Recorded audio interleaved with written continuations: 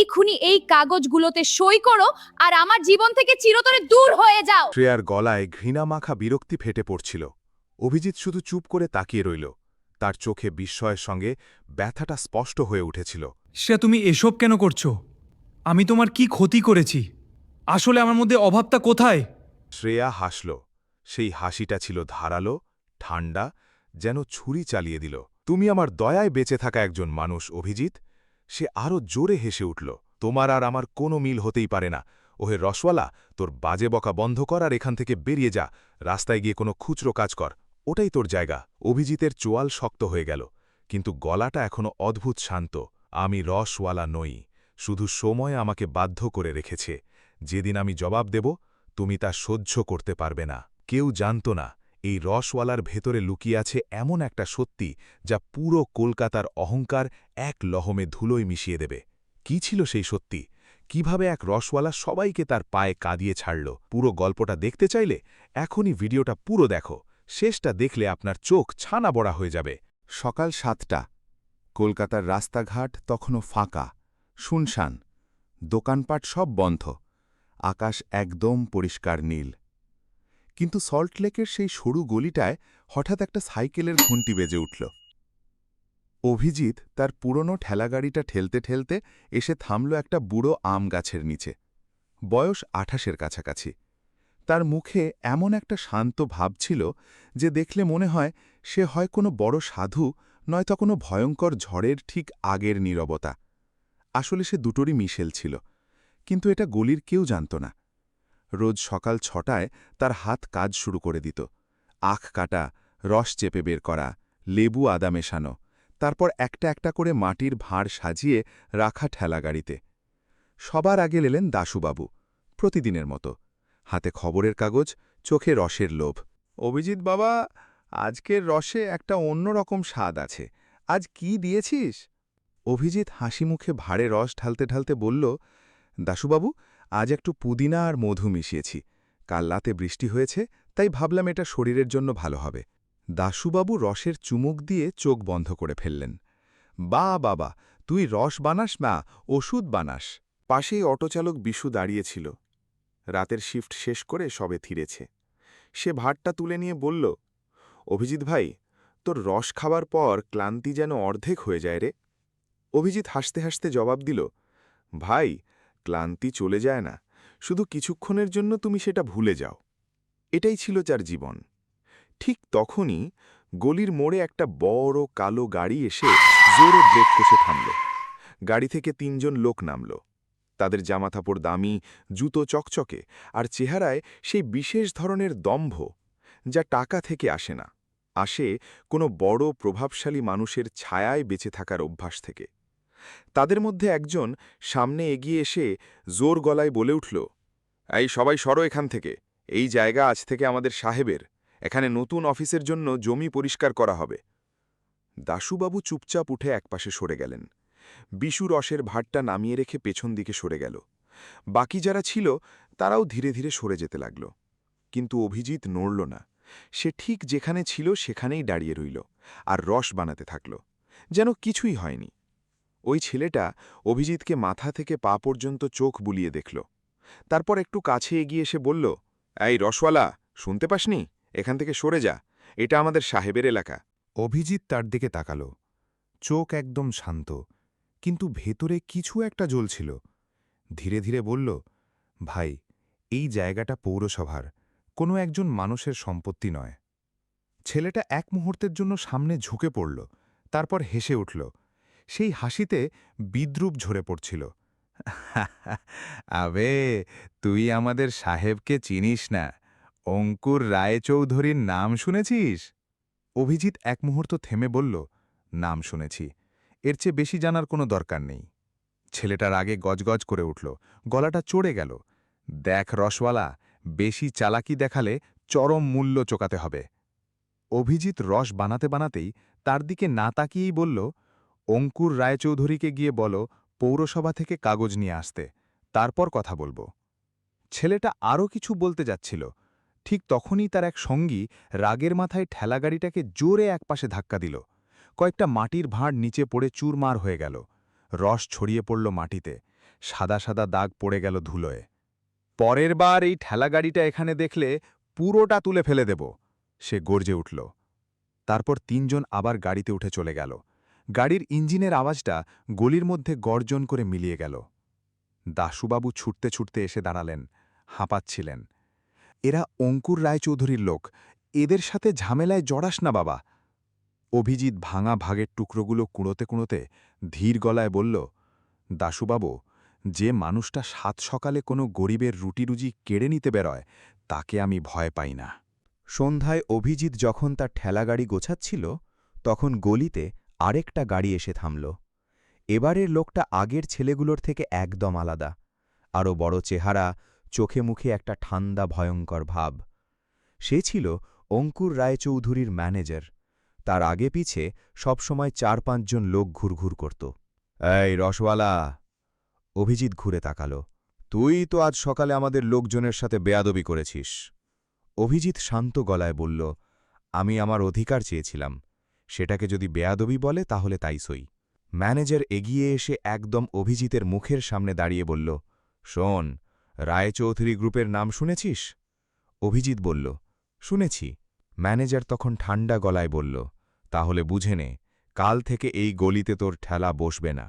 অভিজিৎ তার ঠেলাগাড়ির জিনিসপত্র বাঁধতে বাঁধতে ম্যানেজারের দিকে না তাকিয়েই বলল, ম্যানেজারজি, একটা কথা জিজ্ঞেস করব। ম্যানেজার চমকে উঠল, গলাটা একটু কেঁপে গেল। তুই আমার নাম কি করে জানিস? অভিজিৎ তার দিকে তাকালো এবং শান্ত গলায় বলল, সব জানা যায়।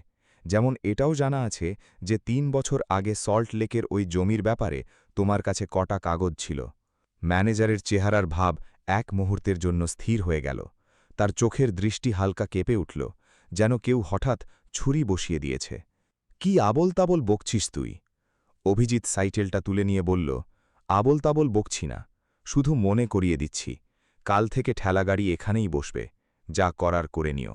সেই রাতে অভিজিৎ তার ছোট ভাড়া ঘরে বসেছিল। একটা দড়ির খাট, একটা পুরনো টেবিল আর দেওয়ালে তার মায়ের একটা ছবি। ঘরের ভেতরে আর কিছুই ছিল না, শুধু ওই টেবিলের ওপর একটা ল্যাপটপ রাখা ছিল, যেটা ছিল একেবারে নতুন। আর সেটাই যে সমস্ত তথ্য ছিল তা যে কোনো বড় কোম্পানির সিইওকেও অবাক করে দেওয়ার জন্য যথেষ্ট। সে স্ক্রিনে কিছু একটা দেখল এবং তারপর ফোনটা তুলে নিল, নম্বর ডায়াল করল। অন্য পাশ থেকে আওয়াজ এলো, হ্যাঁ স্যার, বলুন। এটা ছিল মেঘনা।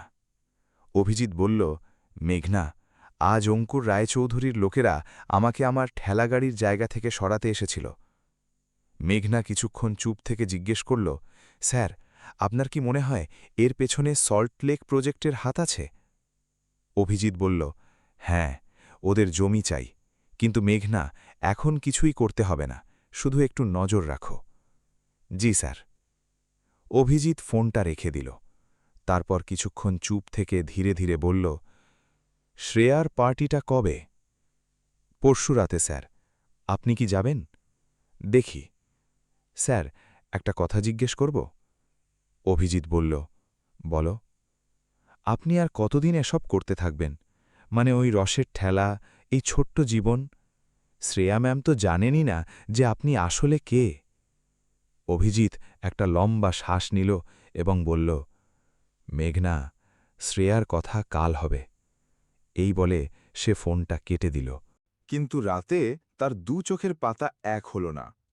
শ্রেয়া এমন একটা নাম যা তার বুকে একটা গোলাপের মতো ফুটেছিল, কিন্তু এখন সেই গোলাপের কাঁটাগুলোই বুকের ভেতর পিঁধছিল। শ্রেয়া অভিজিতের স্ত্রী, সেন পরিবারের বুদ্ধিমতী মেয়ে, যার চোখে ছিল অসংখ্য স্বপ্ন আর যার পা সব সময় সামনের দিকে এগিয়ে যেত। অভিজিৎ তাকে ভালোবেসেছিল, একেবারে সত্যি ভালোবাসা। আর শ্রেয়া অভিজিৎকে একজন সাধারণ ছেলে মনে করে শুধু এই কারণেই গ্রহণ করেছিল কারণ তার দাদু তাকে তেমনটা করতে বলেছিলেন। কিন্তু শ্রেয়া জীবনে যতই উন্নতি করতে লাগল, তার আর অভিজিতের মাঝে ততই একটা দেওয়াল গড়ে উঠতে থাকল। সেই দেওয়াল এখন এতই উঁচু হয়ে দাঁড়িয়েছে যে অভিজিতের মনে হতো হয়তো সেটা আর কখনোই ভাঙা যাবে না। পরের দিন খুব সকালে অভিজিৎ ঘুম থেকে ওঠার আগেই শ্রেয়ার ফোন এলো। অভিজিৎ, আজ সন্ধ্যায় বাড়িতে এসো, খুব জরুরি কথা আছে। অভিজিৎ শুধু এইটুকু বলল, ঠিক আছে, শ্রেয়ার গলায় শীতলতা ছিল, যেন কেউ বরফের টুকরো গিলে ফেলেছে। আগে কখনো এমন শোনায়নি। আর শ্রেয়া এও বলে দিল যে তার বান্ধবী রিয়াও সেখানে থাকবে। অভিজিতের হাতটা 1 সেকেন্ডের জন্য থেমে গেল। মাথার ভেতর ঘুরপাক খেতে লাগল। এমন কি জরুরি কথা থাকতে পারে যে রিয়াকেও ডেকে আনল? রিয়া শ্রেয়ার সবচেয়ে কাছের বান্ধবী, যার মুখে অভিজিতের জন্য কখনো একটা ভালো কথাও শোনা যায়নি। ঠিক আছে বলে ফোন রেখে দিল। অভিজিৎ ঠেলাগাড়ির কাজ তাড়াতাড়ি গুটিয়ে সন্ধ্যায় শ্রেয়ার বাড়িতে পৌঁছে গেল। দরজা খোলাই ছিল। ভেতর থেকে কথাবার্তার আওয়াজ ভেসে আসছিল। সে ভেতরে ঢুকল। বসার ঘরে শ্রেয়া বসেছিল। তার পাশে রিয়া। রিয়ার হাতে কয়েকটা কাগজ। অভিজিৎকে দেখামাত্র রিয়া উঠে দাঁড়াল আর সোজা তার সামনে এসে দাঁড়িয়ে বলল, অভিজিৎ, এই নাও। সে কাগজগুলো অভিজিতের দিকে বাড়িয়ে দিল। অভিজিৎ সেগুলো হাতে নিয়ে দেখল। ডিভোর্সের কাগজ। পুরো ঘরটা হঠাৎ চুপ হয়ে গেল। অভিজিৎ ধীরে ধীরে কাগজগুলো টেবিলের ওপর রাখল আর শ্রেয়ার দিকে তাকাল। শ্রেয়া, এসব কি? শ্রেয়া তার চোখ থেকে দৃষ্টি সরিয়ে নিয়ে বলল, অভিজিৎ, আমার মনে হয় আমাদের আলাদা হয়ে যাওয়াই ভালো। অভিজিৎ এক মুহূর্ত থেমে জিজ্ঞেস করল, এটা কি তুমি বলছো নাকি ও বলছে? এই বলে সে রিয়ার দিকে ইশারা করল। রিয়া সঙ্গে সঙ্গে ঝাঁপিয়ে পড়ল। শ্রেয়া নিজেই বলছে, আর সত্যিটা হলো অভিজিৎ, তুমি শ্রেয়ার জন্য কখনো কিছুই করনি। সে আজ নিজের পরিশ্রমে এই জায়গায় এসে পৌঁছেছে, আর তুমি সকাল থেকে সন্ধে পর্যন্ত রসের ঠেলা চালাও। শ্রেয়া এমন একজন মানুষের সাথে জীবন কাটাতে চায় না। অভিজিৎ রিয়ার দিকে তাকাল। তার চোখে রাগও নেই, কষ্টও নেই, শুধু একটা শান্ত দৃষ্টি, যেটা রিয়ার ভেতরটা অস্থির করে তুলছিল। অভিজিৎ রিয়ার দিকে তাকিয়ে বলল, রিয়া, আমি শ্রেয়াকে জিজ্ঞেস করেছি। রিয়া বলল, শ্রেয়া এটাই চায়। শ্রেয়া। অভিজিৎ সোজা তার দিকে তাকাল। শ্রেয়া এবার চোখে চোখ রাখল। 1 সেকেন্ডের জন্য তার মুখটা কেঁপে উঠল, যেন কিছু একটা বলতে চাইছে, কিন্তু পরক্ষণেই সে কঠোর হয়ে গেল। অভিজিৎ, তুমি কি একবারে কিছু বুঝতে পারো না? রিয়া একদম ঠিক বলছে। আমার জীবন এখন বিলাসবহুল হয়ে গেছে। আমার ব্যবসা বাড়ছে, আর তুমি সেখানেই পড়ে আছো যেখানে তুমি প্রথম দিন ছিলে। অভিজিৎ একটা গভীর শ্বাস নিল, তারপর খুব আস্তে করে বলল, শ্রেয়া, এটা কি শুধুই তোমার সিদ্ধান্ত? শ্রেয়ার চোখ এক মুহূর্তের জন্য কেঁপে উঠল। রিয়া মাঝখান থেকে ঝাঁকিয়ে উঠল, অভিজিৎ, যথেষ্ট হয়েছে, সই করো আর যাও। অভিজিৎ ধীরে ধীরে কাগজগুলো টেবিলের ওপর রাখল আর উঠে দাঁড়াল। শ্রেয়া, আমি এগুলোতে তখনই সই করব যখন তুমি নিজে আমাকে বলবে, আর এসব আজেবাজে লোকেদের তো আমি পাত্তাই দিই না। রিয়া রেগে গিয়ে বলল, এসব বাচ্চাদের মতো কথাবার্তা কেন বলছো? অভিজিৎ, তুমি একবারে বুঝতে পারছো না কেন? অভিজিৎ রাগের সঙ্গে বলল, রিয়া। গলাটা এমন ভারী হয়ে উঠল যে পুরো ঘরটা যেন কেঁপে উঠল। তুমি অনেক বলেছ, এবার চুপ করো। রিয়া চুপ হয়ে গেল। অভিজিৎ দরজার দিকে পা বাড়াল, একটু থেমে ঘুরে তাকাল। শ্রেয়া, যখন তুমি নিজে কোনো সিদ্ধান্ত নেবে তখন আমাকে জানিও। আর এটাও ভেবে দেখো, গত 3 বছরে যা কিছু ঘটেছে সেটা কিভাবে হলো। বাইরে তখন রাত। রাস্তায় কোলাহল, গাড়ির হর্ন, লোকজনের চিৎকার, কিন্তু অভিজিতের ভেতরটা একদম শান্ত। সেই শান্তির নিচে কষ্ট চেপেছিল, ক্লান্তি ছিল, কিন্তু হার মানার কোনো চিহ্ন ছিল না। সে মেঘনাকে ফোন করল। মেঘনা। মেঘনা জবাব দিল, হ্যাঁ স্যার, সব ঠিক আছে তো? অভিজিৎ বলল, শ্রেয়া ডিভোর্সের কাগজ পাঠিয়েছে। এক দীর্ঘ নীরবতা। স্যার, আমি খুব দুঃখিত। অভিজিৎ বলল, ঠিক আছে। আবার জিজ্ঞেস করল, মেঘনা, গুহা গ্রুপের পার্টিতে অঙ্কুর আর শ্রেয়া দুজনেই তো থাকবে তো? মেঘনা বলল, জি স্যার, গেস্ট লিস্টে দুজনের নামই আছে। আর অঙ্কুর রায়চৌধুরী? সেও থাকবে স্যার। আর রাহুল গুহ এবং প্রদীপ মিত্র নিশ্চিতভাবে আসছেন।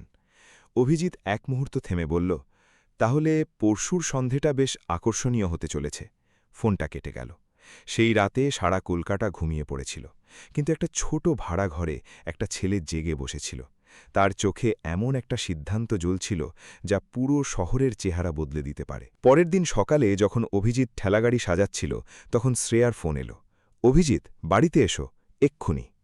গলায় কোনো নরম সুর ছিল না, কোনো আপনত্ব ছিল না, শুধু একটা কড়া হুকুম। অভিজিৎ ঠেলাগাড়ির কাজ অসম্পূর্ণ রেখেই সাইকেল তুলে নিয়ে বেরিয়ে পড়ল। শ্রেয়ার বাড়ির দরজা খোলা ছিল। ভেতরে ঢুকে দেখল, বসার ঘরে শ্রেয়ার পাশে আরেকজন বসে আছে। লম্বা চেহারা, দামি পোশাক, চুলে জেল, হাতে এমন একটা ঘড়ি যা অভিজিতের 3 মাসের রোজগারের চেয়েও দামি। সে অঙ্কুর রায়চৌধুরী, যার গতকালের লোকেরা তার ঠেলা সরাতে এসেছিল। অভিজিৎকে দেখা মাত্র শ্রেয়া উঠে দাঁড়াল। কোনো ভনিতা না করে সোজা বলল, অভিজিৎ, এই হলো ডিভোর্সের কাগজ, এগুলোতে সই করো আর যাও, আমাকে আমার জীবন নিয়ে এগিয়ে যেতে হবে। অভিজিৎ একবার অঙ্কুরের দিকে তাকাল, তারপর শ্রেয়ার দিকে ধীরে ধীরে জিজ্ঞেস করল, শ্রেয়া, এই সিদ্ধান্ত কি তোমার? শ্রেয়া এক মুহূর্ত অঙ্কুরের দিকে তাকাল, তারপর বলল, হ্যাঁ, এটা আমারই সিদ্ধান্ত। তোমার সাথে থেকে আমার জীবনের কোনো উন্নতি হচ্ছিল না। তুমি একজন রসওয়ালা অভিজিৎ, শুধু একজন সাধারণ রসওয়ালা। এই কথা শুনে অঙ্কুরের ঠোঁটে একটা হাসি ফুটল। সে সোফায় হেলান দিয়ে আরাম করে বলল, দেখো ভাই, ব্যাপারটা খুব সোজা। শ্রেয়া আমার সাথে খুশি।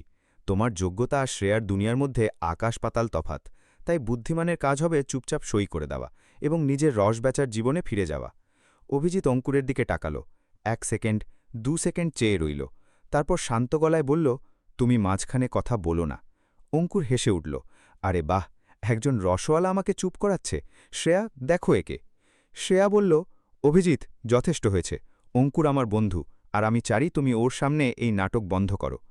অভিজিৎ শ্রেয়ার চোখের দিকে সোজা তাকিয়ে বলল, শ্রেয়া, আমি তোমার জন্য অনেক কিছু করেছি, সেসব কথা আমি আজ বলবো না, কিন্তু একটা কথা অবশ্যই বলবো, যখন তুমি সত্যিটা জানতে পারবে তখন তুমি খুব অনুতাপ করবে। শ্রেয়া ঠান্ডা গলায় বলল, কোন সত্যি অভিজিৎ?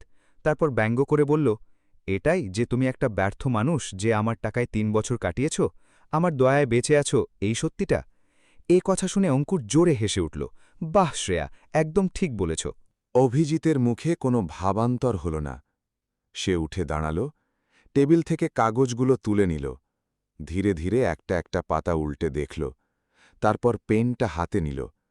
শ্রেয়ার শ্বাসটা যেন 1 সেকেন্ডের জন্য আটকে গেল। অঙ্কুর সোজা হয়ে বসল। অভিজিৎ কাগজগুলোতে সই করে আবার টেবিলে রেখে দিল, তারপর উঠে দাঁড়াল। তার মায়ের দেওয়া পুরনো সোনার সেই লকেটটা শ্রেয়ার গলায় ঝুলছিল। অভিজিৎ হাত বানিয়ে বলল, ওটা আমার মায়ের স্মৃতিচিহ্ন, ওটা আমার ফেরত চাই। শ্রেয়া 1 সেকেন্ড থেমে লকেটটা খুলে তার হাতের তালুতে রেখে দিল। অভিজিৎ লকেটটা মুঠোয় শক্ত করে ধরল আর বলল, শ্রেয়া, একটা কথা মনে রেখো, আজ তুমি যাই হয়ে থাকো, যে অবস্থানেই থাকো না কেন, তা শুধুমাত্র আমার কারণে হয়েছে। এরপর সে দরজার দিকে ঘুরল, কিন্তু ঠিক তখনই অঙ্কুর বলল, ভাই, যাওয়ার আগে একটা কাজ করে দিস, বাইরের দোকান থেকে 2 গ্লাস ঠান্ডা পানি নিয়ে আসিস। বকশিসও দেব এমন যে পরের 10 দিন ঘরে বসে খেলেও শেষ হবে না। তারপর সে জোরে জোরে হাসতে লাগল। অভিজিৎ থামল। ঘরের ভেতরটা হঠাৎ এত চুপ হয়ে গেল যে নিজের শ্বাসের শব্দও শোনা যাচ্ছিল। তারপর সে ঘুরে অঙ্কুরের দিকে তাকাল আর অত্যন্ত শান্ত গলায় বলল, অঙ্কুর রায়চৌধুরী, আজ তুমি যা বললে তা মনে রেখো, কারণ সেই দিন খুব বেশি দূরে নয় যেদিন তুমি নিজে আমার সামনে দাঁড়িয়ে আমার পায়ে পড়ে কেঁদে কেঁদে ক্ষমা চাইবে। অঙ্কুর আবার হাসল, হ্যাঁ হ্যাঁ, নিশ্চয়ই, যাও এবার। অভিজিৎ চলে গেল। বাইরে কড়া রোদ পড়ছিল। সে সাইকেল তুলে নিয়ে রওনা দিল। চোখ শুকনো, বুক ভারী, কিন্তু পা টলেনি। সে মেঘনাকে ফোন করল। মেঘনা, স্যার, ডিভোর্স হয়ে গেছে। একটা দীর্ঘ নীরবতা কেটে গেল। তারপর মেঘনার গলা ভেসে এলো, সামান্য কাঁপ ছিল। স্যার, আমাকে ক্ষমা করবেন, আমি যদি আগেই বলে দিতাম যে শ্রেয়া ম্যাম এবং অঙ্কুর রায়চৌধুরীর বিষয়ে কিছু খবর ছিল, তাহলে হয়তো। অভিজিৎ মাঝপথে থামিয়ে দিল। মেঘনা, থামো, তোমার কোনো দোষ নেই, কিছু ঘটনা ঘটার জন্যই হয়। আর ভালোই হয়েছে না যে আমি ওই মেয়েটার আসল রূপ আগেই জানতে পারলাম। মেঘনা বলল, স্যার, আপনি ঠিক আছেন তো? অভিজিৎ এক মুহূর্ত থেমে বলল, হ্যাঁ। আর এখন তুমি গুহা গ্রুপের পার্টির জন্য প্রস্তুতি নাও। জি স্যার, কিন্তু স্যার, শ্রেয়া ম্যাম এবং উনার পরিবারও তো সেখানে থাকবেন। অভিজিৎ বলল, আমি জানি। সেদিন প্রথমবার তার গলায় একটা ধারালো সুর ফুটে উঠল। পরশুদিনের ওই পার্টিটা শুধু একটা পার্টি হবে না, ওই রাতে অনেক কিছু বদলাতে চলেছে, তুমি শুধু প্রস্তুত থেকো। ফোন কেটে গেল। সেই সন্ধ্যায় অভিজিৎ তার ঘরে বসে ল্যাপটপের স্ক্রিনে একের পর এক ফাইল খুলছিল। গুহা গ্রুপ, রাহুল গুহা, প্রদীপ মিত্র, অঙ্কুর রায়চৌধুরী, তার বাবা, প্রত্যেকের সম্পর্কে তার কাছে তথ্য ছিল। এমন সব তথ্য যা সাধারণত শুধু খুব বড় ক্ষমতাবালী মানুষের কাছেই থাকে। কিন্তু অভিজিৎ কি সত্যিই শুধু একজন রসওয়ালা? পরের দিন এলো। সকালে ঠেলাগাড়ি বসল, রস বিক্রি হল। সন্ধ্যায় অভিজিৎ ফিরে এলো। কিন্তু যেই সে গলিতে পা রাখল, চোখে পড়ল তার ঠেলাগাড়ি জোড়াগায় একটা বড় গাড়ি দাঁড়িয়ে আছে, আর অঙ্কুরের লোকজন সেখানে ঘুরঘুর করছে। এসে গেছে রসওয়ালা, ম্যানেজার হাসতে হাসতে বলল। বলেছিলাম না যে এই জায়গার পাবি না? অভিজিৎ দেখল তার ঠেলাগাড়িটা একপাশে উল্টে পড়ে আছে, মাটির ভাঁড়গুলো চুরমার, আখের মেশিনটা নিচে পড়ে আছে। দাশুবাবু এক কোণে দাঁড়িয়ে, মুখে চিন্তার ভাঁজ। বিশু পাশেই ছিল, কিছু বলতে চাইছিল, কিন্তু ভয়ে গলা আটকে গেছে। ম্যানেজার এগিয়ে এসে অভিজিতের সামনে দাঁড়িয়ে বলল, এবার বুঝেছিস নাকি আরও কিছু বোঝাতে হবে? কাল থেকে এখানে ঠেলা বসবে না, আর যদি বসাস তাহলে এই ঠেলাগাড়ির তো দূরের কথা, তুই নিজেও আর এই গলিতে মুখ দেখাতে পারবি না। অভিজিৎ পড়ে থাকা ঠেলাগাড়িটার দিকে তাকালো। তার মা তাকে এটা দিয়েছিলেন। এই ঠেলাগাড়ি থেকেই তার লড়াই শুরু। এক মুহূর্তের জন্য তার হাত শক্ত হয়ে মুঠো পাকাল। তারপর নিজেকে সামলে ম্যানেজারের চোখে চোখ রেখে বলল, ম্যানেজারজি, তুমি জানো তো, যখন জল বেশি আটকে রাখা হয় তখন সেটা বাঁধ ভেঙে দেয়। ম্যানেজার হাসল। বড় বড় কথা বলছে রসওয়ালা। অভিজিৎ বলল, খুব শীঘ্রই আমাদের আবার দেখা হবে, তখন দেখো কি হয়। আর তুমি কি জানো আমরা কোথায় দেখা করব? গুহা গ্রুপের পার্টিতে। ম্যানেজারের মুখের ভাব 1 সেকেন্ডের জন্য বদলে গেল। তুই ওখানে কি করবি? তোকে কে ডাকবে? অভিজিৎ শুধু এটুকু বলল, যাকে ডাকা হয় তার ইনভিটেশন লেটার লাগে, যে নিজে যায় তার লাগে না। এই বলে সে ঠেলাগাড়িটা সোজা করতে লাগল। দাশুবাবু ছুটে এসে হাত লাগালেন। তার চোখ জলে ভরে গেছে। বাবা, এদের সাথে লড়তে জিস না, এরা খুব প্রভাবশালী। অভিজিৎ দাশুবাবুর দিকে তাকিয়ে হাসল। দাশুবাবু, আপনি কখনো দাবা খেলেছেন? দাশুবাবু বললেন, খেলেছি বাবা। তাহলে তো জানেন যে রাজা ততক্ষণই সুরক্ষিত থাকে যতক্ষণ না অন্য ঘুঁটিগুলো তাকে আসল বিপদের কথা জানিয়ে দেয়, আর কখনো কখনো রাজাকে নিজেই ময়দানে নামতে হয়। দাশুবাবু কিছুটা বুঝলেন, কিছুটা বুঝলেন না, কিন্তু অভিজিতের চোখে যা ছিল সেটা তাকে ভেতর থেকে একটা অদ্ভুত সান্ত্বনা দিল। সেই রাতে মেঘনা ফোন করল। স্যার, আমি এইমাত্র জানতে পারলাম যে শ্রেয়া ম্যাম সেন গ্রুপের একটা বড় প্রজেক্টের জন্য রাহুল গুহার কাছে ফান্ডিং চেয়েছেন, 600 কোটি টাকার। অভিজিৎ জিজ্ঞেস করল, পেয়েছে? না স্যার, গুহা নিষেধ করে দিয়েছেন। অভিজিৎ বলল, জানো কেন? না স্যার, কারণ গুহা জানে যে সেন গ্রুপের ফান্ডিংয়ের আসল উৎস কোথা থেকে আসত, আর এখন সেই যোগসূত্র ভেঙে গেছে। মেঘনা চুপ করে রইল। তারপর আস্তে করে বলল, স্যার, শ্রেলা ম্যাম যখন জানতে পারবেন তখন অনেক দেরি হয়ে যাবে, আর তার কথায় লোভ আর অহংকার ছিল। মেঘনা, আমি শ্রেয়াকে কখনো এই জন্য সাহায্য করিনি যে সে আমাকে মনে রাখবে। আমি সাহায্য করেছিলাম কারণ আমি সত্যি সত্যি তাকে ভালোবাসতাম। কিন্তু এখন তাকে তার নিজের সিদ্ধান্তের ফল নিজেকেই খেতে হবে। আমি তাকে বাঁচাতে যাব না। জি স্যার। আর হ্যাঁ, পরশুর পার্টির জন্য আমার জামাকাপড় প্রস্তুত রেখো। কোনগুলো স্যার? ফর্মাল? অভিজিৎ বলল, যেটা আমি আগেরবার রাজস্থানে পড়েছিলাম। মেঘনার গলায় একটা অদ্ভুত আনন্দ ফুটে উঠল। স্যার, ওটা? তাহলে কি? হ্যাঁ মেঘনা, কাল রাতে অভিরাজ প্রতাপ সিং ফিরে আসছে। তারপরের দিন সকালে অভিজিৎ শেষবারের মতো ঠেলাগাড়ি লাগাল। দাশুবাবু এলেন, বিশু এলো, সেই বাচ্চা ছেলেটাও এলো যে রোজ অতিরিক্ত মধু চাইত। সে সবাইকে রস খাওয়াল, সবার সাথে কথা বলল। সেই একই হাসি, সেই একই উষ্ণতা, কিন্তু আজকের রসে কেমন যেন একটা অন্যরকম স্বাদ ছিল। হয়তো অভিজিৎ নিজেই জানত যে এটা এই ঠেলাগাড়ির শেষ সকাল। সে ঠেলাগাড়ি বন্ধ করল, সাইকেলের ঘণ্টি বাজাল, আর দাশুবাবুর দিকে তাকিয়ে বলল, দাশুবাবু, কাল থেকে এই জায়গায় কেউ বিরক্ত করবে না। দাশুবাবু জিজ্ঞেস করলেন, কিভাবে বাবা? অভিজিৎ মুচকি হেসে বলল, শুধু বিশ্বাস রাখুন। তারপর সে সাইকেল ঘুরিয়ে নিল। সেই সন্ধে অভিজিৎ যখন নিজের ঘরে তৈরি হচ্ছিল, মেঘনা সেখানে পৌঁছে গেল। তার হাতে সেই সুন্দর স্যুটটা। অভিজিৎ যখন সেটা পরে আয়নায় নিজেকে দেখল, তখন মেঘনার শ্বাসটা 1 সেকেন্ডের জন্য আটকে গেল। এ সেই অভিজিৎ নয় যে রোজ রসের ঠেলা ঠেলে বেড়ায়। এ সেই অভিজিৎ যাকে দেখে বড় বড় লোকেরা রাস্তা বদলে ফেলত। স্যার, আপনি একদম... মেঘনা বলল। অভিজিৎ আয়নায় নিজেকে দেখতে দেখতে বলল, মেঘনা, আজকের রাতের পর কলকাতা আর সেই কলকাতা থাকবে না যা এখন আছে। স্যার, আমার ভয় করছে। অভিজিৎ ঘুরে তার দিকে তাকালো আর বলল, ভয় তো এখন ওরা পাবে যারা আমাকে আজ দেখবে। গুহা গ্রুপের পার্টি ছিল কলকাতার সবচেয়ে বড় হোটেল গ্র্যান্ড রেজিডেন্সিতে। রাত ৮টা। হোটেলের বাইরে বড় বড় গাড়ি দাঁড়িয়ে, ভেতরে বিশাল ঝাড়বাতি জ্বলছে। কলকাতার সব বড় বড় ব্যবসায়ী আর তারাকারা হলরুমে জড়ো হয়েছে। রাহুল গুহা, প্রদীপ মিত্র, অঙ্কুর রায়চৌধুরী আর তার বাবা, আর নিজের ভাইয়ের সাথে শ্রেয়া সেন। সবাই নিজেদের নিজেদের দলে দাঁড়িয়ে গল্প করছে, হাসছে, আর সবার ওপর রাহুল গুহার নজর ঘুরছে। তিনি হলের এক কোণে দাঁড়িয়ে আছেন, চেহারায় একটা অস্বস্তি কাজ করছে। পাশে তার সহকারী সুব্রত। সুব্রত আস্তে করে জিজ্ঞেস করল, স্যার, তিনি তো এখনো আসেননি। রাহুল গুহা বললেন, কিন্তু আসবেন ঠিকই, আর যখন আসবেন তখন এই ঘরের কয়েকজনের জীবন চিরকালের মতো বদলে যাবে। অন্যদিকে শ্রেয়া অঙ্কুরের পাশে দাঁড়িয়েছিল। অঙ্কুর তার কানের কাছে মুখ নামিয়ে ফিসফিস করে বলল, শ্রেয়া, আজকের রাতের পর সেন গ্রুপ আর রায়চৌধুরী গ্রুপ মিলে কলকাতার সবচেয়ে বড় নাম হয়ে যাবে। গুহা সাহেব আমার বাবার পুরনো বন্ধু, চুক্তিটা একদম পাকা। শ্রেয়া মুচকি হেসে বলল, সত্যি? অঙ্কুর বলল, একদম। আর ওই রসওয়ালাটাকে দেখো, যে ভাবত সে খুব বড় কেউ, আজ সে কোথায় আর তুমি কোথায়?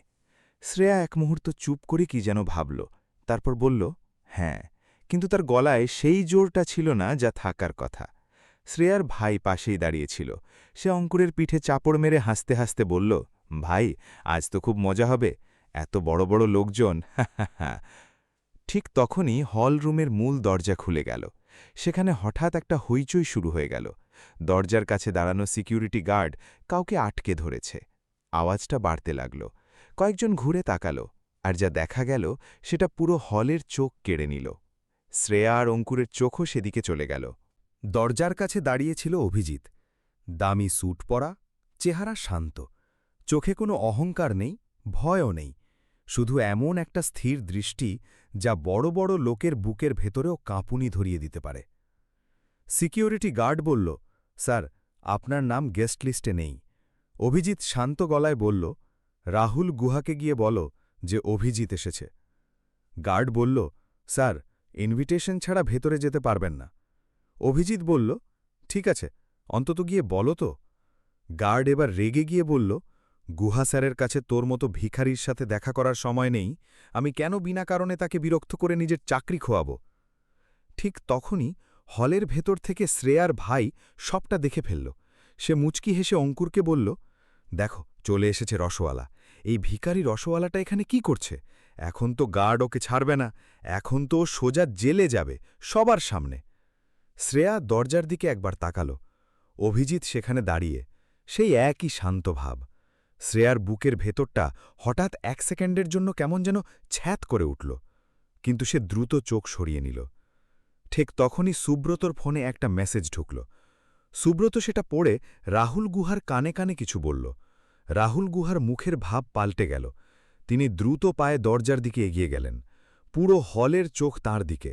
রাহুল গুহা কলকাতার অন্যতম বড় ব্যবসায়ী। তাকে কখনো নিজে থেকে কারো কাছে যেতে কেউ দেখেনি। আজ তিনিই নিজে দরজার দিকে যাচ্ছেন। তিনি দরজায় পৌঁছলেন। অভিজিৎকে দেখে তার মুখে একটা হাসি ফুটে উঠল, যেন বহু বছরের পুরনো কোনো স্মৃতি মনে পড়ে গেছে। তিনি এগিয়ে গিয়ে অভিজিতের হাত ধরলেন আর বললেন, অভিজিৎ, এত বছর পর, এসো। গার্ড একপাশে সরে গেল। তার মুখ দেখে মনে হচ্ছিল সে একেবারে হতভম্ব হয়ে গেছে। অভিজিৎ ভেতরে ঢুকল। পুরো হলরুমে একটা অদ্ভুত নীরবতা ছড়িয়ে পড়ল। লোকজন একে অপরের মুখের দিকে তাকাতে লাগল। শ্রেয়া আর অঙ্কুর কানে কানে ফিসফিস করতে লাগল। শ্রেয়া বলল, গুহা স্যার এই ভিখারিটাকে ভিতরে কেন আনছেন? প্রদীপ মিত্র, যিনি এতক্ষণ হাসছিলেন, হঠাৎ থেমে গেলেন। তিনি রাহুল গুহার সঙ্গীর কানে কানে জিজ্ঞেস করলেন, ইনি কে? অঙ্কুরের বাবার চোখ কুঁচকে গেল। শ্রেয়ার ভাইয়ের মুখ থেকে বেরিয়ে এলো, এসব কি হল? আর অঙ্কুরের মুখ ১ সেকেন্ডের জন্য ফ্যাকাশে হয়ে গেল। শ্রেয়া দেখল রাহুল গুহা অভিজিৎকে নিজের সাথে করে হলরুমের মাঝখানে নিয়ে আসছেন। তার মাথায় কিছুই ঢুকছিল না। সে তার ভাইয়ের দিকে ফিরে জিজ্ঞেস করল, এসব কি? ভাই বলল, জানি না, কিন্তু গুহা সাহেব নিজে দরজা পর্যন্ত গেলেন, সেটাও আবার এই গরিব লোকটার জন্য। ব্যাপারটা বেশ অদ্ভুত। রাহুল গুহা অভিজিৎকে নিয়ে গিয়ে সেই রাজকীয় চেয়ারটায় বসালেন, যেটা গত ৫ বছর ধরে খালি পড়েছিল। তারপর সুব্রতকে বললেন, সবাইকে জানিয়ে দাও যে আজকের সন্ধ্যার সবচেয়ে বিশেষ অতিথি এসে গেছেন। সুব্রত মাইক হাতে নিল, কিন্তু রাহুল গুহা হাত দিয়ে তাকে থামিয়ে দিলেন। দাঁড়াও, আগে পুরনো কথা হোক। তিনি অভিজিতের দিকে ঘুরে বললেন, 5 বছর হয়ে গেল, তুমি কোথায় ছিলে? অভিজিৎ হাসি মুখে বলল, রস বিক্রি করছিলাম। রাহুল গুহা এক মুহূর্ত থেমে গেলেন, তারপর জোরে হেসে উঠলেন। অভিজিৎ, তুমি বদলাওনি। এটা দেখে অঙ্কুর আর নিজেকে সামলাতে পারল না। সে সামনে এগিয়ে এসে রাহুল গুহার কাছে গিয়ে বলল, গুহা সাহেব, এই মানুষটা এখানে কিভাবে এলো? একে তো কোনো ইনভিটেশনও দেওয়া হয়নি। আর এ তো রাস্তায় রস বিক্রি করা একটা 2 পয়সার ভিখারি। এই চেয়ারে বসার সাহস ওর হলো কি করে?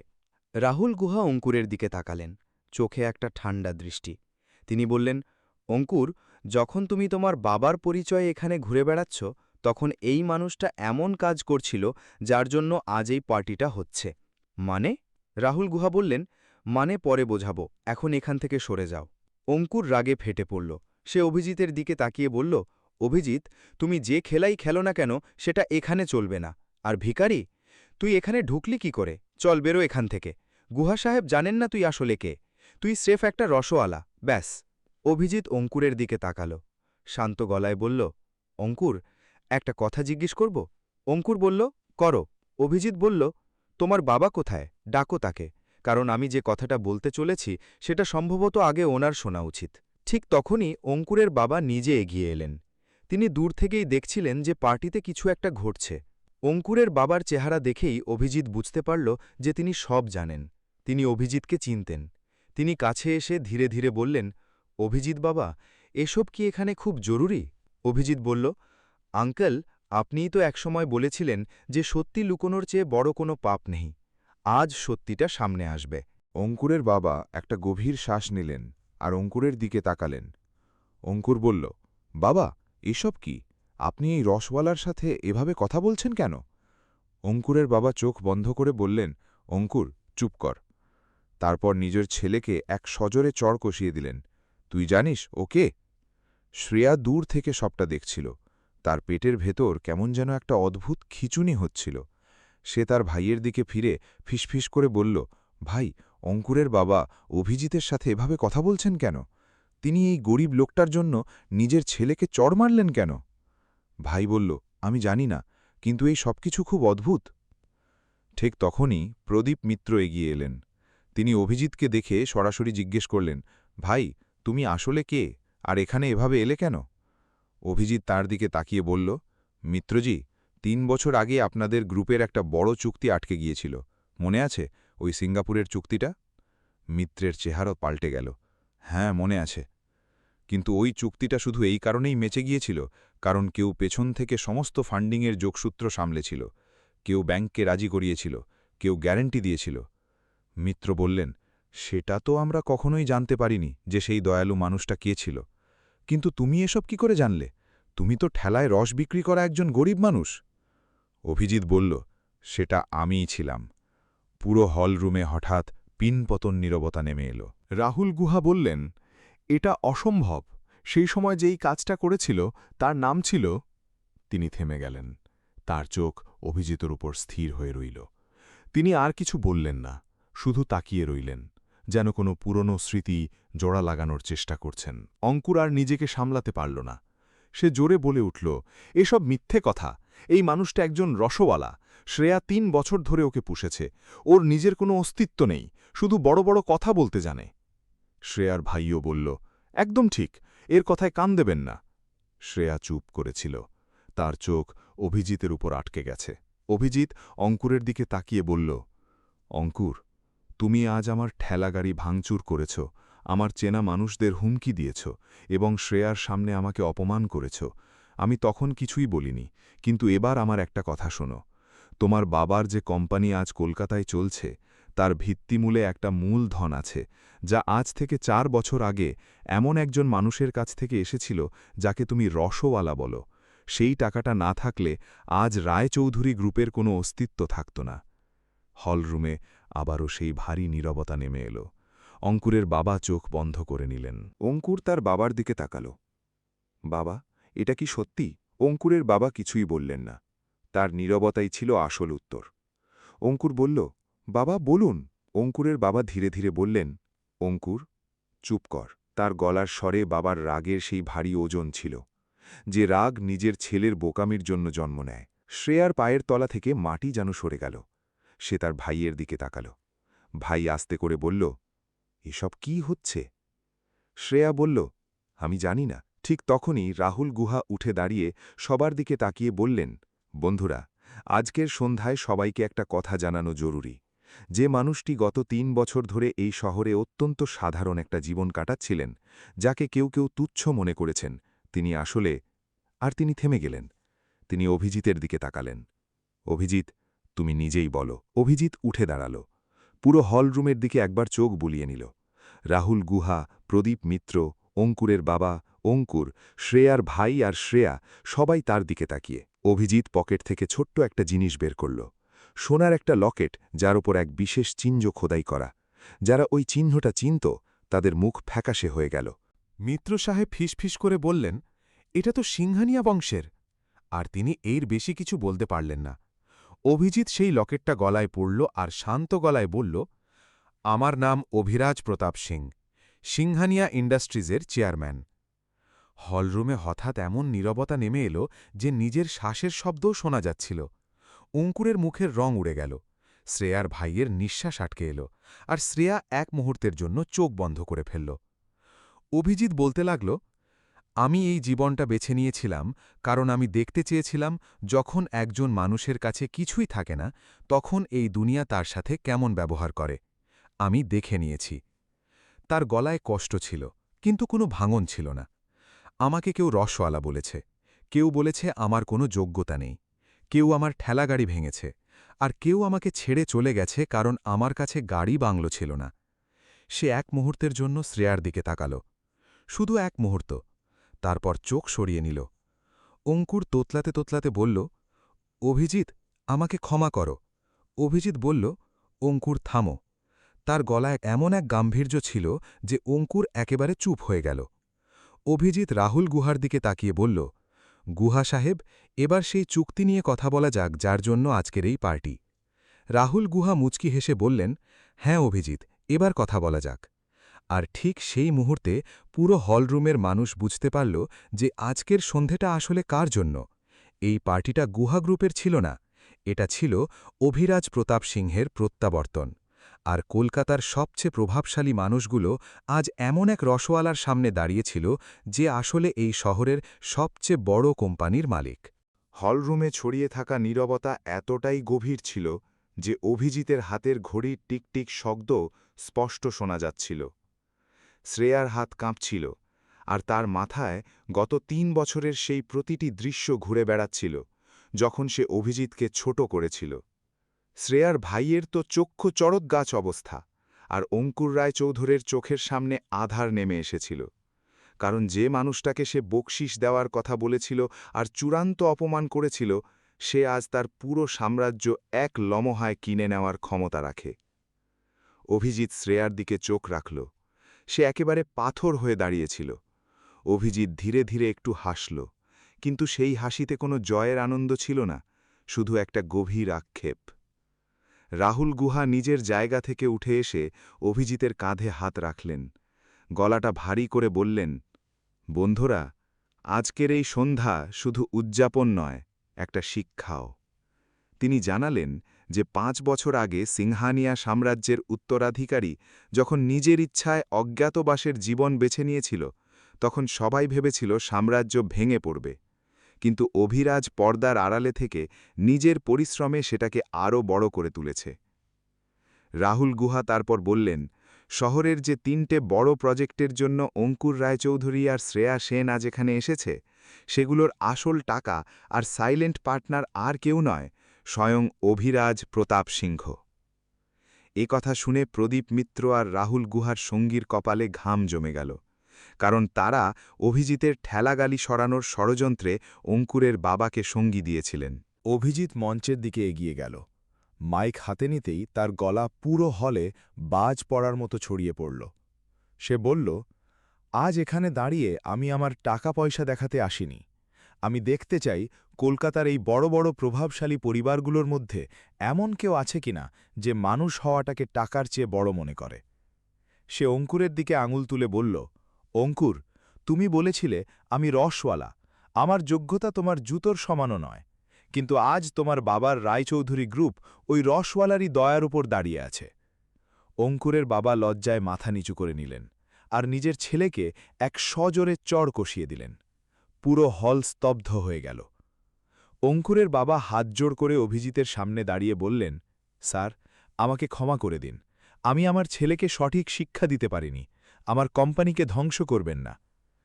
অভিজিৎ শীতল গলায় বলল, আঙ্কেল, ব্যবসায় আবেগ অনুভূতির কোনো জায়গা নেই, আর যেভাবে আপনার ছেলে আমার সম্মান পায়ে দোলেছে তার দাম তো আপনাকে দিতেই হবে। সে মেঘনাকে ইশারা করল। মেঘনা তৎক্ষণাৎ একটা ট্যাবলেট নিয়ে সামনে এগিয়ে এল। অভিজিৎ ঘোষণা করল, আজ রাত থেকে রায়চৌধুরী গ্রুপের ৪৫% শেয়ার সিংহানিয়া সাম্রাজ্যের হাতে চলে যাবে, আর অঙ্কুর রায়চৌধুরীকে কোম্পানির প্রতিটা পদ থেকে বরখাস্ত করা হল। অঙ্কুর হাঁটু গেড়ে মাটিতে বসে পড়ল আর কাঁদতে শুরু করল, কিন্তু অভিজিতের চোখে তার জন্য সামান্যতম দয়াও ছিল না। এবার অভিজিতের চোখ গিয়ে পড়ল শ্রেয়ার ওপর। সে তার মা আর বান্ধবী রিয়ার পেছনে লুকোনোর চেষ্টা করছিল। রিয়া, যে এতক্ষণ অভিজিৎকে ভিখারি বলে গাল দিচ্ছিল, সে হঠাৎ গলার সুর পাল্টে চাটুকারিতার সুরে বলল, অভিজিৎজি, আমরা তো জানতামই যে আপনি কোনো সাধারণ মানুষ নন, ওটা তো নিছকই একটু মজা ছিল। অভিজিৎ রিয়ার দিকে তাকিয়ে বলল, রিয়া, তোমার মুখের ভাষা বড্ড বিষাক্ত, আর আজ তোমার সেই কথার জন্যই সেন পরিবারকে এই দিনটা দেখতে হচ্ছে। শ্রেয়া সামনে এগিয়ে এলো আর অভিজিতের হাত ধরার চেষ্টা করল। অভিজিৎ হাতটা পেছনে সরিয়ে নিল। শ্রেয়া কাঁদতে কাঁদতে বলল, অভিজিৎ, আমাকে আর একটা সুযোগ দাও, আমি সত্যিই জানতাম না যে তুমি কে, আমার মনে হয়েছিল তুমি নিজের জীবন নষ্ট করছ। অভিজিৎ তার চোখের দিকে তাকিয়ে বলল, শ্রেয়া, তুমি আমাকে ভালোবাসোনি, বরং তুমি আমার সেই প্রতিপত্তিকে ভালোবাসার চেষ্টা করেছ যা তোমার মনে হয়েছিল আমার কাছে কখনো থাকবে না। যখন আমি রসওয়ালা ছিলাম তখন তুমি আমার পাশ থেকে সরে গিয়েছিলে, আর আজ যখন আমি বিলিয়ানিয়ার তখন তুমি আবার ফিরে আসতে চাইছ। এটা ভালোবাসা নয়, এটা স্রেফ একটা সওদা। অভিজিৎ টেবিলের ওপর রাখা সেই ডিভোর্সের কাগজগুলো তুলে নিল যেগুলোতে সে আগেই সই করেছিল। সেগুলো শূন্যে নেড়ে বলল, আজ থেকে সেন পরিবার এবং আমার সম্পর্ক পুরোপুরি শেষ হল।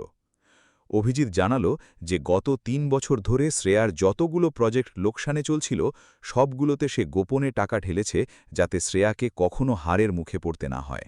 সে আরও ভাস করল যে সেন গ্রুপের পাওয়া সেই ২৫০ কোটি টাকার কন্ট্রাক্টগুলো আসলে অভিরাজ নিজে তার অন্য কোম্পানির মাধ্যমে তাদের পাইয়ে দিয়েছিল। শ্রেয়া যখন বুঝতে পারল যে সাফল্যের ওপর দাঁড়িয়ে সে এতটা অহংকার করছিল সেটা আসলে তারই সেই স্বামীর দেওয়া ভিক্ষা ছিল যাকে সে দূর দূর করে তাড়িয়ে দিচ্ছিল, তখন তার বুকের ভেতরটা ফেটে যেতে লাগল। শ্রেয়ার ভাই আর মায়ের মুখে কোনো কথা জোগাচ্ছিল না। তারা বুঝতে পেরেছিল যে সোনার ডিম পাড়া হাঁসকে তারা নিজেরাই নিজেদের হাতে খাঁচা থেকে উড়িয়ে দিয়েছে। ঠিক তখনই হলরুমের দরজা আবার খুলে গেল। শ্রেয়ার দাদু ভেতরে ঢুকলেন। দেখে মনে হচ্ছিল বেশ অসুস্থ। দাদু অভিজিৎকে দেখে চোখে জল চলে এলো। তিনি বললেন, অভিজিৎ বাবা, আমি জানতাম যে একদিন এই সত্যিটা সবার সামনে আসবে, কিন্তু আমার কষ্ট হচ্ছে যে আমার পরিবার তোমাকে চিনতে ভুল করেছে। অভিজিৎ ছুটে গিয়ে দাদুর পা ছুঁয়ে প্রণাম করল আর বলল, দাদু, আপনার প্রতি সম্মান চিরকাল আমার মাথায় থাকবে, কিন্তু আমি আর এই পরিবারের অংশ হয়ে থাকতে পারব না। দাদু তার নাতনি শ্রেয়াকে ধিক্কার দিয়ে বললেন, তুই আজ শুধু একজন স্বামী হারাসনি, বরং তুই এই গোটা বংশের ভাগ্যকেও হারিয়েছিস। অভিজিৎ পার্টির মাঝখানে দাঁড়িয়ে একটা বড় ঘোষণা করল যে সে ওই সব শ্রমিক আর ছোট ঠেলাওয়ালাদের জন্য ৬০০ কোটি টাকার একটা ট্রাস্ট তৈরি করছে যাদের সাথে অঙ্কুর রায়চৌধুরীর মতো লোকেরা খারাপ ব্যবহার করে। সে বলল, কলকাতার এই রসওয়ালা এখন থেকে প্রতিটি গরিব মানুষের কণ্ঠস্বর হবে, যাদের অধিকার ধনী লোকেরা ছিনিয়ে নেয়। পার্টিতে উপস্থিত প্রদীপ মিত্র আর রাহুল গুহা সঙ্গে সঙ্গে অভিজিতের সামনে নিজেদের পরাজয় স্বীকার করে নিলেন এবং নিজেদের কৃতকর্মের জন্য ক্ষমা চাইলেন। অভিজিৎ তাদের সতর্ক করে দিল যে ভবিষ্যতে যদি আর কোনো গরিব মানুষের অপমান হয় তাহলে বাজার থেকে তাদের কোম্পানির নাম নিশান মুছে দেবে। মেঘনা, যে সারাক্ষণ অভিজিতের ছায়ার মতো লেগেছিল, সে এগিয়ে এলো। অভিজিৎ গোটা হলের সামনে তার হাত ধরল। সে বলল, যখন আমার নিজের স্ত্রী আমার সঙ্গ ছেড়ে দিয়েছিল তখন এই মেয়েটি আমার পাশে দাঁড়িয়েছিল, আমাকে সাহস জুগিয়েছিল, আমাকে ভেঙে পড়তে দেয়নি। আর আজ শুধুমাত্র ওর কারণেই আমি এখানে দাঁড়িয়ে আছি। আমার অনুপস্থিতিতে ওই আমার কোম্পানি সামলেছে। সে মেঘনার দিকে তাকিয়ে মুচকি হেসে বলল, মেঘনা, এবার সময় এসে গেছে আমাদের এক নতুন জীবন শুরু করার। মেঘনার চোখে আনন্দের জল ঝলমল করছিল। পুরো হলরুম জুড়ে হাততালির ঝড় উঠল। অন্যদিকে শ্রেয়া এক কোণে একা দাঁড়িয়ে নিজের কপালের দোষ দিয়ে কাঁদছিল। কিন্তু ঠিক তখনই সে দৌড়ে অভিজিতের কাছে এলো আর বলতে লাগল, অভিজিৎ, আমাকে ক্ষমা করে দাও। আমি অন্ধ হয়ে গিয়েছিলাম, আমি পাগল ছিলাম, কিন্তু আমি কখনো তোমার খারাপ চাইনি। আমরা আবার একটা নতুন শুরু করতে পারি। আমি তো শুধু তোমার সাথে একটু মজা করছিলাম। অভিজিৎ শ্রেয়াকে দূরে ঠেলে দিয়ে বলল, মজা? তুমি আমার হৃদয় ভেঙে চুরমার করে দিয়েছিলে। তারপর যাওয়ার আগে শ্রেয়ার দিকে শেষবারের মতো তাকিয়ে বলে গেল, শ্রেয়া, সফলতাকে উচ্চতা দিয়ে মাপা হয় না, বরং গভীরতা দিয়ে। তুমি আকাশে অনেক উঁচুতে উড়েছ ঠিকই, কিন্তু তোমার শিকড় একেবারে ফাঁপা হয়ে গেছে। আমি তোমাকে ধ্বংস করব না, কারণ আমি তোমাকে সত্যিকারের ভালোবেসেছিলাম, কিন্তু এখন থেকে আমি তোমার জীবনের অংশও হয়ে থাকব না।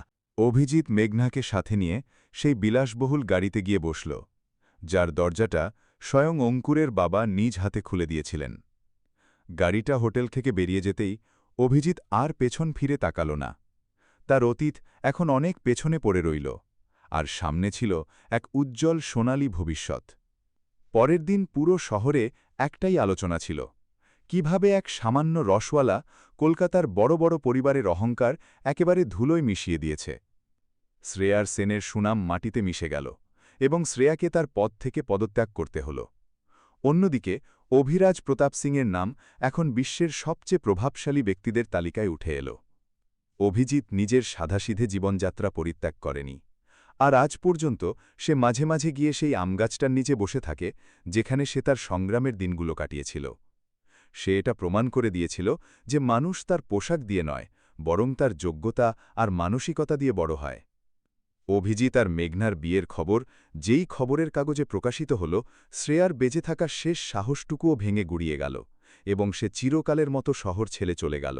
অভিজিৎ মেঘনাকে সাথে নিয়ে সিংহানিয়া সাম্রাজ্যকে এমন এক নতুন উচ্চতায় পৌঁছে দিল, যেখানে কেবল টাকা নয়, বরং মানবিকতারও কদর ছিল। গল্পের এই সমাপ্তি এমন প্রতিটি মানুষের জন্য একটি শিক্ষা, যারা কারোর বাহ্যিক সাধারণতাকে তার দুর্বলতা বলে মনে করার ভুল করে থাকে। অভিজিতের এই কাহিনী এখন প্রতিটি পাড়া মহল্লায় শোনানো হতো, যাতে মানুষ বুঝতে পারে যে সাধারণ চেহারার যে কোনো মানুষের ভেতরে লুকিয়ে থাকতে পারে একজন সম্রাট। শেষমেশ ন্যায়ের জয় হল এবং অহংকারের মাথা নত হল। তো বন্ধুরা, এই গল্পটি আপনাদের হয়তো এটা ভাবতে বাধ্য করেছে যে আপনারাও কি আপনাদের চারপাশের মানুষদের তাদের বর্তমান অবস্থা দেখে বিচার করে থাকেন? যদি আপনাদের এই ভিডিওটি ভালো লেগে থাকে তাহলে লাইক করুন এবং আমাদের চ্যানেলটিকে সাবস্ক্রাইব করুন।